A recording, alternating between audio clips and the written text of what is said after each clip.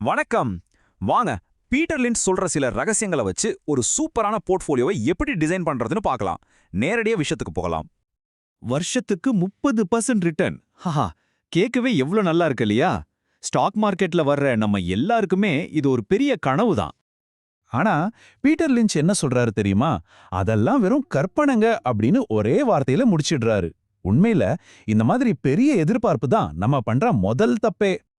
அப்படின்னா நாம எவ்வளவுதான் எதிர்பார்க்கலாம்? எது ஒரு நியாயமான இலக்கு? ஒரு நல்ல போர்ட்ஃபோலியோவோட முதல் படியே இந்த யதார்த்தமான எதிர்பார்ப்பை செட் பண்றது தான். வாங்க, அது என்னன்னு பாப்போம். பாருங்க, பொதுவா மார்க்கெட், அதாவது S&P 500 மாதிரி இண்டெக்ஸ் ஃபண்டுகளே வருஷத்துக்கு ஒரு 9-10% கொடுக்குது. நாம கஷ்டப்பட்டு ஒரு ஸ்டாக்கா பார்த்து வாங்குறது எதுக்கு?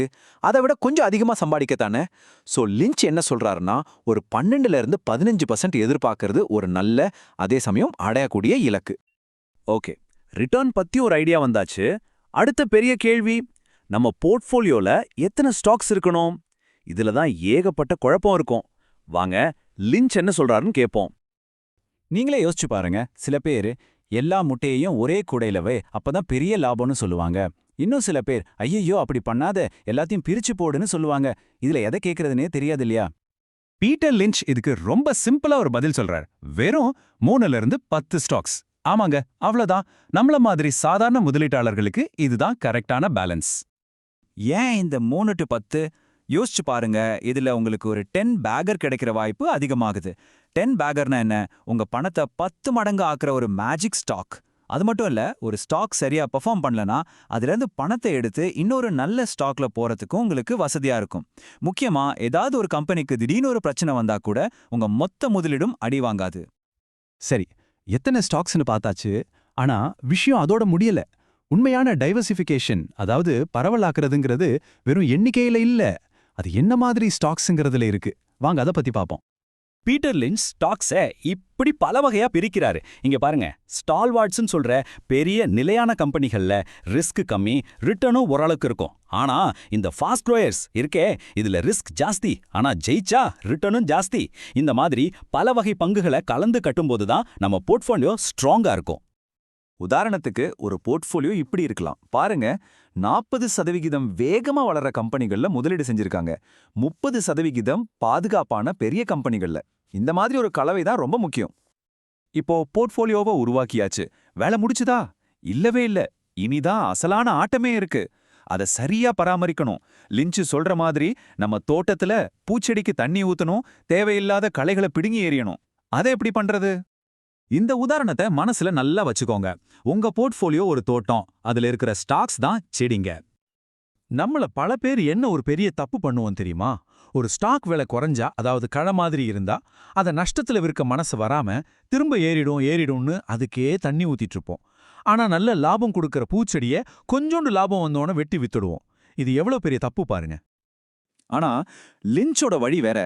ஒரு ஸ்டாக்கோட விலை ஏறுதா இறங்குதான்னு அவர் பார்க்கவே மாட்டாரு. அவர் பார்க்கறது ஒன்னே ஒண்ணுதான், அந்த கம்பெனியோட கதை இன்னும் நல்லா இருக்கா? கம்பெனி சூப்பரா போயிட்டு இருக்குன்னா விலை குறைஞ்சா சூப்பர் சான்ஸ்னு இன்னும் நிறைய வாங்குவாரு, பூவுக்கு இன்னும் தண்ணி ஊத்துவாரு. ஒருவேளை கம்பெனியோட கதை வீக் ஆயிடுச்சுன்னு தெரிஞ்சா, லாபத்துல இருந்தாலும் சரி நஷ்டத்துல இருந்தாலும் சரி டக்குன்னு வித்துடுவாரு. அந்த களைய புடுங்கி எரிஞ்சிடுவாரு. இதுதான் நம்ம கத்துக்க வேண்டிய முக்கியமான பாடம். இந்த வரிய நல்லா உள்வாங்கிக்கோங்க.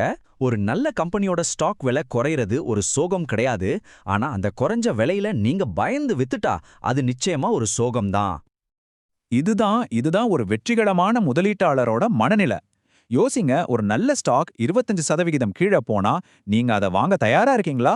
அந்த தைரியம் உங்களுக்கு இல்லைன்னா ஸ்டாக் மார்க்கெட்ல பெரிய லாபம் பார்க்கறது ரொம்ப கஷ்டம்னு லிஞ்ச் சொல்றாரு. சரி, இப்போ நிறைய பேர் ஒரு பாதுகாப்பு வலை மாதிரி பயன்படுத்துற ஒரு விஷயத்தை பத்தி பார்க்கலாம். அதுதான் ஸ்டாப் லாஸ். ஆனா லிஞ்ச் என்ன சொல்றாருன்னா, இது வலை இல்ல, பொறி. முதல்ல ஸ்டாப் லாஸ்னா என்ன?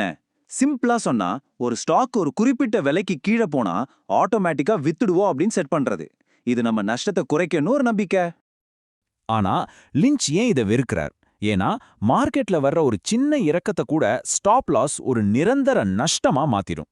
அந்த ஸ்டாக் திரும்ப ஏறுறதுக்குள்ள நம்மள கேமை விட்டே வெளியே அனுப்பிடும். எல்லாத்துக்கும் மேல அது கம்பெனியோட ஃபண்டமெண்டல்ஸ, அதாவது கதைய சுத்தமா கண்டுக்காது. வெறும் விலைய மட்டும் பார்த்து முடிவெடுக்கும். அது தப்பு. அப்போ இதுவரைக்கும் நாம பார்த்த முக்கியமான விஷயங்களை ஒரு செக்லிஸ்ட் மாதிரி சொல்லிடுறேன், கேட்டுக்கோங்க. 1 12லிருந்து 15% ரிட்டர்னை இலக்கா வைங்க. 2 உங்களுக்கு நல்லா புரிஞ்ச 3லிருந்து 10 கம்பெனிகளை மட்டும் வாங்குங்க. 3 வெறும் எண்ணிக்கையில இல்லாம பலதரப்பட்ட ஸ்டாக்ஸா வாங்குங்க. 4 ஸ்டாக் விலையை விட்டுட்டு கம்பெனியோட கதையை ஃபாலோ பண்ணுங்க. கடைசியா 5வது, ஒரு நல்ல கம்பெனி விலை குறையும் போது பயப்படாம இன்னும் வாங்க தயாரா இருங்க. இப்போ கடைசியா ஒரே ஒரு கேள்விதான். நீங்க போய் உங்க போர்ட்ஃபோலியோவை பாருங்க. அதுல இருக்கிற ஒவ்வொரு ஸ்டாக்கும் ஒரு நல்ல கதையை உங்களுக்கு சொல்லுதா? யோசிச்சு பாருங்க. நன்றி. இன்றைய நாள் உங்களுக்கு லாபகரமாக அமைய வாழ்த்துக்கள்.